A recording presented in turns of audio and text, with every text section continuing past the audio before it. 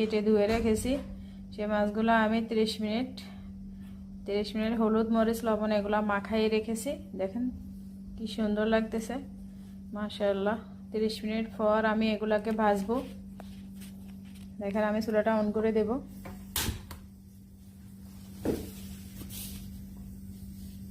চুলাটা অন করে দেব। এখানে আমি তেল দিয়ে দিব।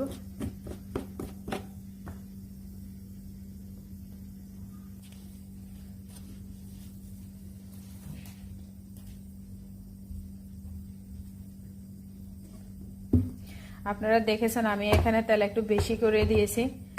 আপনি যদি বেশি মুসমুসা করে ভাজি করতে চান তাহলে এখানে কড়াইতে অনেক তেল দিতে হবে। কড়াইতে অনেক তেল দিতে হবে, তাহলে দেখবেন। আমার আগুনটা জ্বলছে, তেলটা এখনো গরম হয় নাই। তেলটা গরম হলে আমি মাছটা ছেড়ে দিব। আমার তেলটা গরম হয়ে গেছে দেখেন। এখন আমি আগে বড় মাছটা দিয়ে দিব। দেখেন অনেক বড় একটা মাছ। তেলের ভিতরে কোনো কিছু দিতে আমার অনেক ভয় লাগে, তেল চুড়ে যদি আসে।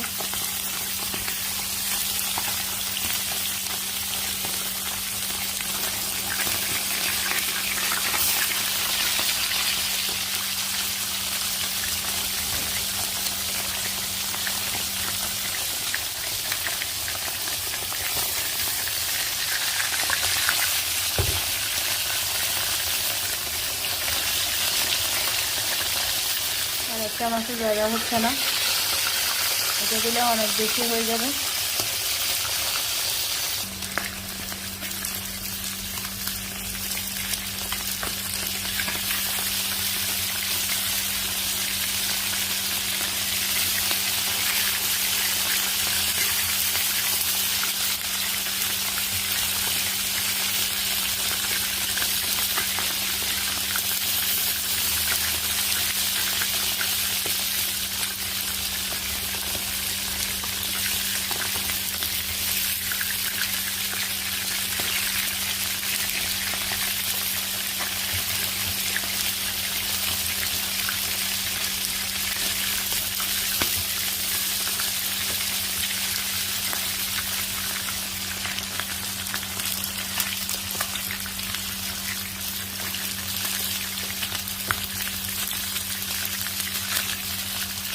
এভাবে জালটা মিডিয়াম করে আস্তে আস্তে ভাজলে, অনেক সময় ধরে আস্তে আস্তে ভাজলে একটু ধৈর্য ধরতে হবে। আপনি তাড়াতাড়ি বেশি করে জাল দিয়ে যদি নামিয়ে ফেলেন তাহলে মাছটা বেশি মুচমুচে হবে না।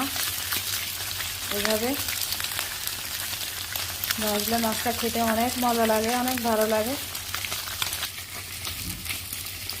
দেখেন বন্ধুরা, অলরেডি আমার মাছগুলা মুচমুচে ভাজি হয়ে গেছে। দেখেন দেখলেই বোঝা যাচ্ছে কতটা সুন্দর, কতটা কুচকুচে মুচমুচে কুড়মুড়ে। আপনারা এভাবে ভাজি করে খাবেন।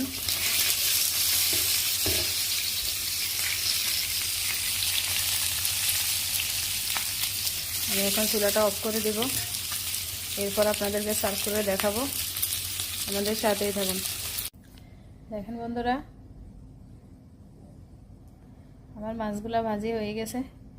মাছগুলা কতটা ক্রিস্পি হয়েছে, কতটা মুচমুচে হয়েছে আপনারা দেখে বুঝতে পারছেন। এভাবে ভাজি করে আপনারা খেয়ে দেখবেন, অনেক মজা লাগবে, অনেক ভালো লাগবে খেতে। যারা শুরু থেকে আমাদের ভিডিওটা দেখেছেন সবাইকে অসংখ্য ধন্যবাদ। সবাই ভালো থাকবেন, সুস্থ থাকবেন। আমাদের চ্যানেলটা সাবস্ক্রাইব করে আমাদের পাশে থাকবেন। ভালো লাগলে একটা লাইক করবেন, কমেন্টস করবেন আর শেয়ার করবেন। আপনারা সবাই ভালো থাকবেন। সবাইকে অসংখ্য ধন্যবাদ। আল্লাহ হাফেজ।